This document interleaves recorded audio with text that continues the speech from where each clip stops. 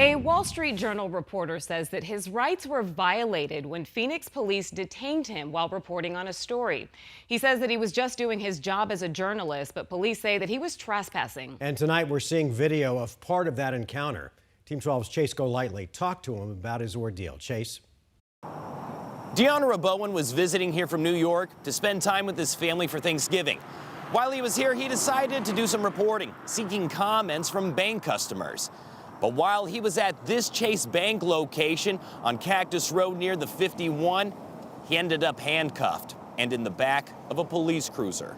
He's a reporter, and I heard him say he was going to leave. That's the voice of Caitlin Parody, watching as Dion Rabouin, a Wall Street Journal reporter, was being detained by Phoenix police. I've never in my life as a reporter, as a journalist, had a situation where a police officer felt compelled to take things to the level that they went to in this interaction. Rabouin says he had been standing on the sidewalk for about 40 minutes, interviewing customers when two of the bank workers came out. And I identified myself. I said, I'm a reporter with the Wall Street Journal, working on this story about savings accounts. They said, okay, well, we want to make sure and let you know you can't solicit out here. He said he wasn't, and they walked back inside. No one asked me to leave. That was the last I heard from him. Then a Phoenix police officer shows up. The video doesn't show that moment. He asked who I was. I told him I was a reporter, told him what I was doing. He said, well, the folks in the bank want you trespassed. Rabouin thought he was on public property. I said, okay, if they don't want me here, I don't need to be here. I can go.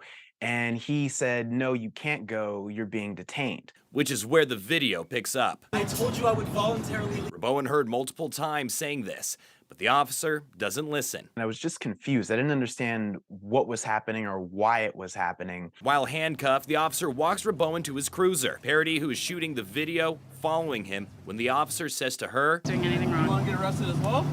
She stays and continues recording as Rabouin talks with the officer. You're on private property that you were asked to leave. Right, I was not asked to leave. That's what I told you.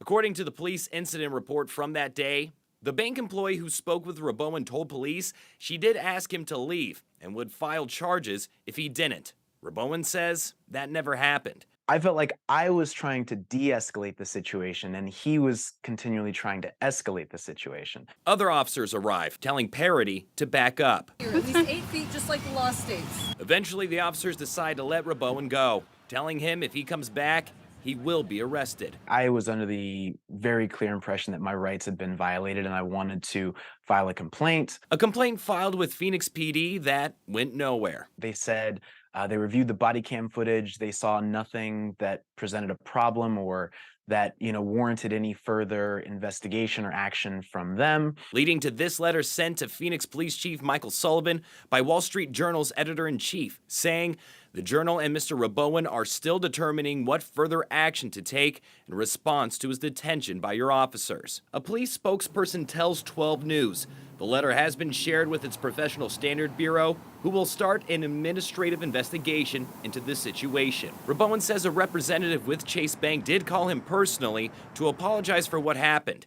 However, when we reached out to Chase Bank, they declined to comment. There was a very real feeling that my life could be in danger for doing nothing more than standing outside a bank trying to do my job. This is a department that is currently under investigation by the Department of Justice for excessive force, taking situations that could be resolved peacefully and simply and escalating them and making them worse. And I think this is a very clear example of just that sort of behavior. In Phoenix, Chase Golightly, 12 News.